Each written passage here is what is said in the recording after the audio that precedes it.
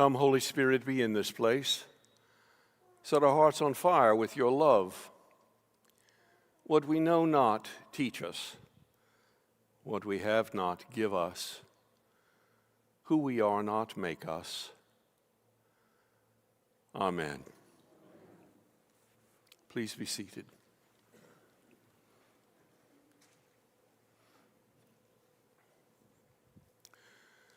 The letter to the Hebrews is an extraordinary book in the Bible. It's one of my favorites. It never ceases to be this rich mine in which I can find that jewel with which to adorn my imagination, to be taught, to understand something that I didn't know before I read it.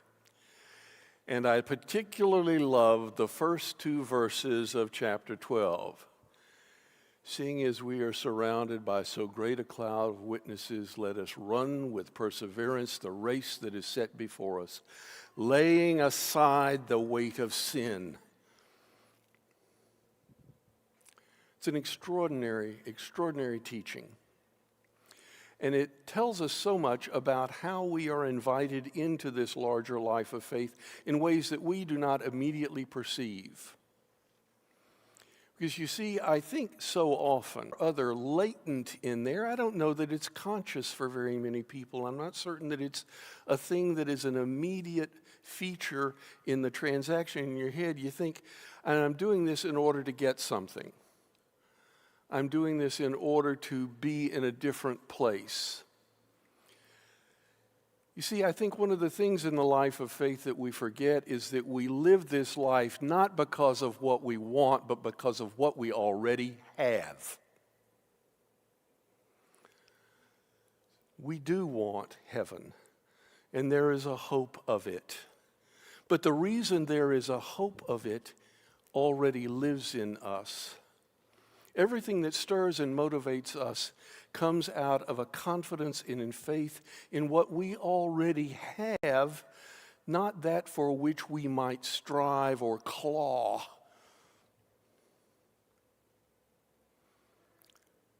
Let us run with perseverance the race that is set before us. I'm always amazed at the ways in which human beings anthropomorphize. That is, they apply to non-human creatures human characteristics. We see a pair of birds sitting on a limb, or we see a brace of ducks swimming in a small pool, and she's talking to him and he's talking to her, and we immediately put together a scenario. We apply the human characteristics by which we recognize what's going on, at least as we understand it. We're really good at this. We are particularly good at this with our dogs and our horses. Most people I know talk to their dog more sweetly than they talk to their grandchildren. There are things that are done for the dog that would not be done for any other human being in the family system. And it's no less true for people who keep horses. These characteristics. And I have to tell you that I'm no different. I own neither a dog nor a horse. But every time I hear the first two verses of the 12th chapter of Hebrews, I think of Secretariat. I was a junior in college in Kentucky the year that Secretariat set the still unmatched, the still unbroken, extraordinary record on decent dirt. 1.25 miles in 1:59 2/5 seconds. The horse was on fire. He was at the top of his game that day. And every time I read this stretch of Hebrews, I think, there it is. It's not a human being, and I would not presume to impute to Secretariat any human characteristics. I don't know how self-conscious this horse was. I don't think he probably had a vision of an immortal soul within himself, nor of what might happen after his physical death. And yet, every time I hear this stretch of Hebrews, I think, there it is. There it is. Because it teaches us what I believe to be the deep truth of our faith. In Luke, we hear Jesus say, I did not come to bring niceness. I came to bring division. And it's not because he wants people at each other. He wants people to make a decision. The division will be within the individual, not among people necessarily. But when Jesus says, I have come to bring division, it is to say, a part of the reason that he appears on earth and undertakes the ministry that he undertakes is in order to get us off the fence. Make your mind up. You cannot live your life divided. You cannot live your life in a way that has not made a choice. And whatever division, whatever tearing, whatever rending, whatever anxiety you feel is probably you carrying your own stuff. Hebrews 12, laying aside the weight to run with perseverance the race that is set before us. That's what he did. I had the choice to be in the infield in Churchill Downs that year, and my sensible shoes logic said, I don't want to be with 50,000 inebriates in the baking sun in the infield at Churchill Downs today. I will see 1.2 seconds of the race through an alcohol-induced haze and a number of bodies that simply can't be seen through. Or, wait for it, I can sit in the fraternity house basement with a cold beer and see the whole race. Frank's saying, let's watch the race. Now, what I did in that moment was to choose to not be on site when history was being made. My selfish, sensible shoes, low-tech logic got me the whole race on television, but I wasn't there. I wasn't.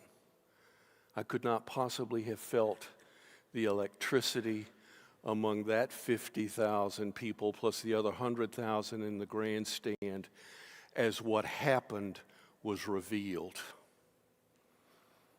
Because at every furlong, he was speeding up. This was a horse who was accelerating at the finish line. Every split, every quarter pole that he passed, it was a shorter distance.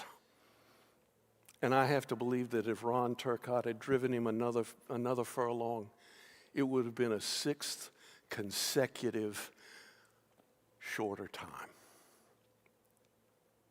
Let us run with perseverance the race that is set before us, laying aside the weight of sin that clings so closely and looking to God, the author and perfecter of our faith.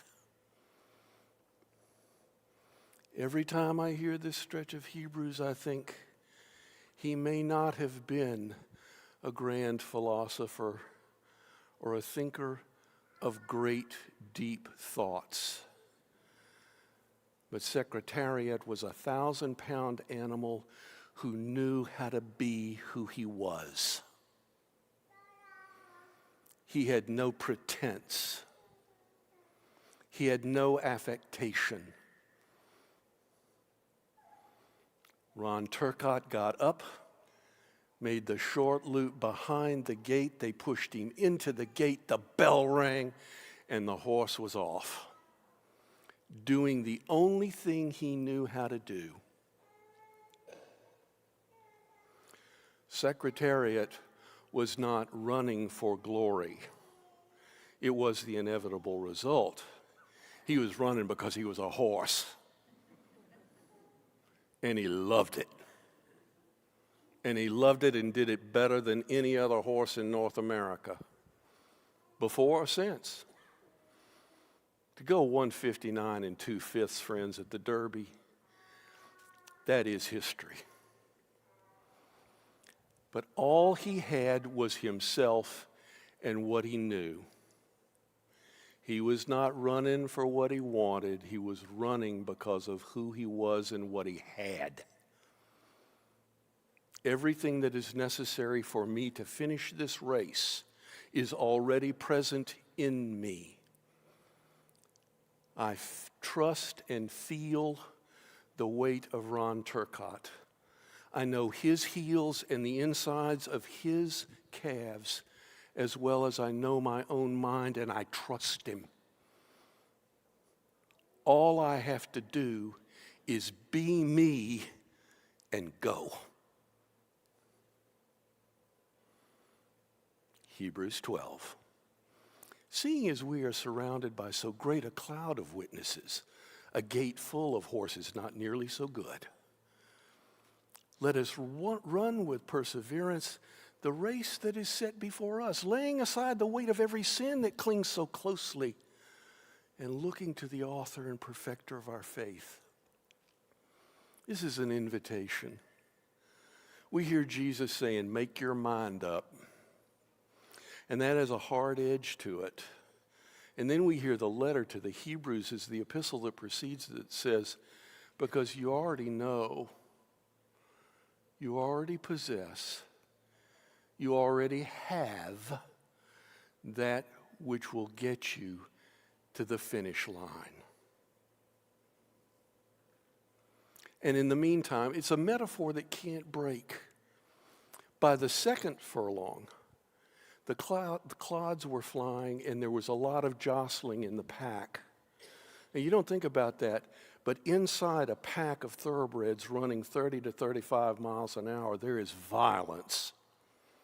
Each one of those hooves is a hammer being driven by a 1,000-pound animal, and any one of them can kill anybody in the pack.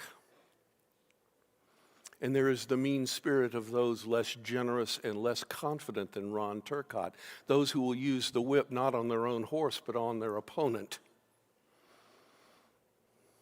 I mean, press the metaphor as hard as you care to. Surrounded by so great a cloud of witnesses, let us run with perseverance the race that is set before us, not the race that is set before them.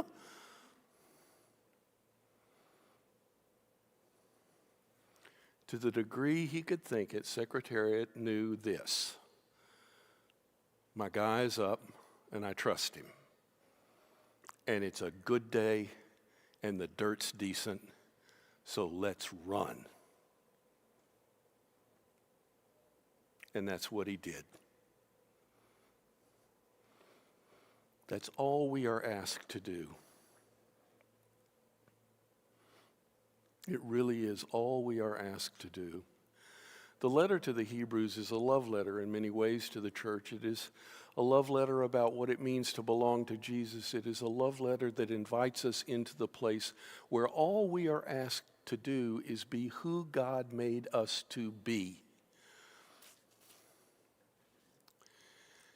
Because everything that is necessary is already present.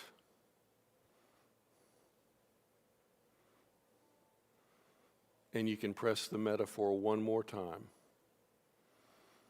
When he died and the vet opened him up, Secretariat's heart was twice the size of a normal thoroughbred stallion's heart.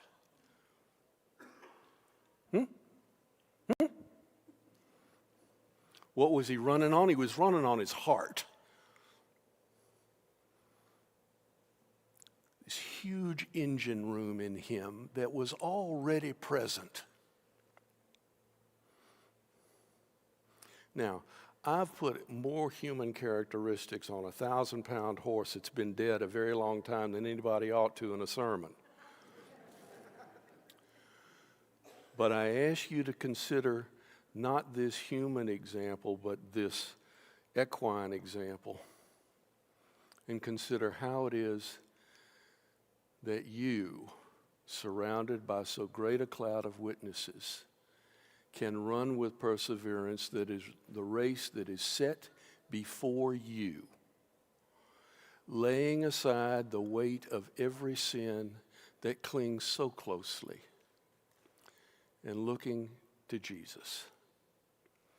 See, I think the critical piece is, and this is where we get in our own way, is I don't think Secretariat had any sense of being sinful.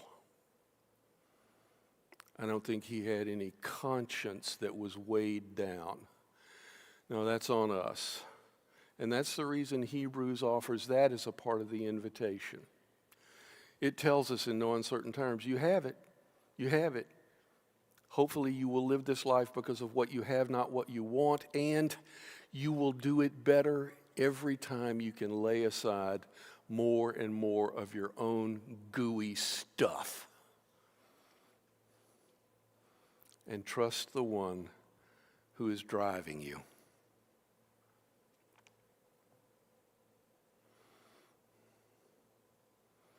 At the end of the day, the letter to the Hebrews really points us toward confession, doesn't it?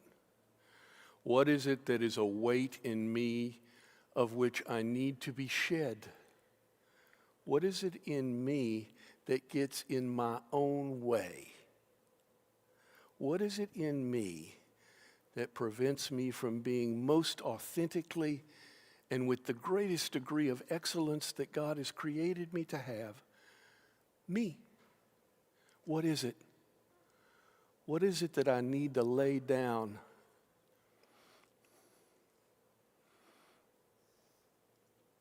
Because ultimately, if you really want to use the horse racing metaphor, the sins are the handicap, aren't they? They're the weight in the saddle.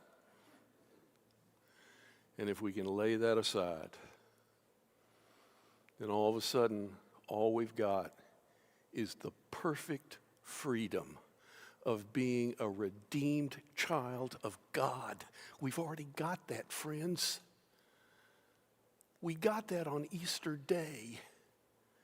He rose from the dead, having bought us all. We've got that. We're not working for it. He worked for it and gave it to us. And so, what's the unnecessary weight that you need to be shed of?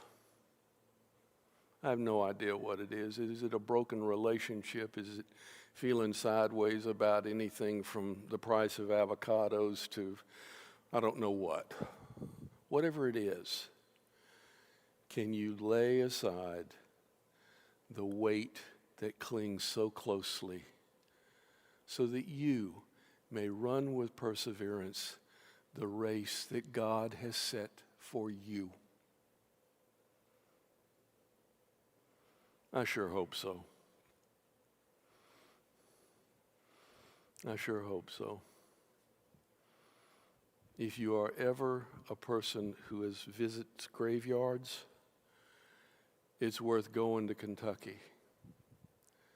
He's one of only 2 racehorses that was ever buried whole. Normally they bury a horse's head and his heart. And they gave Secretariat a whole grave. It's worth seeing. It's worth standing there and meditating upon that greatness and that invitation.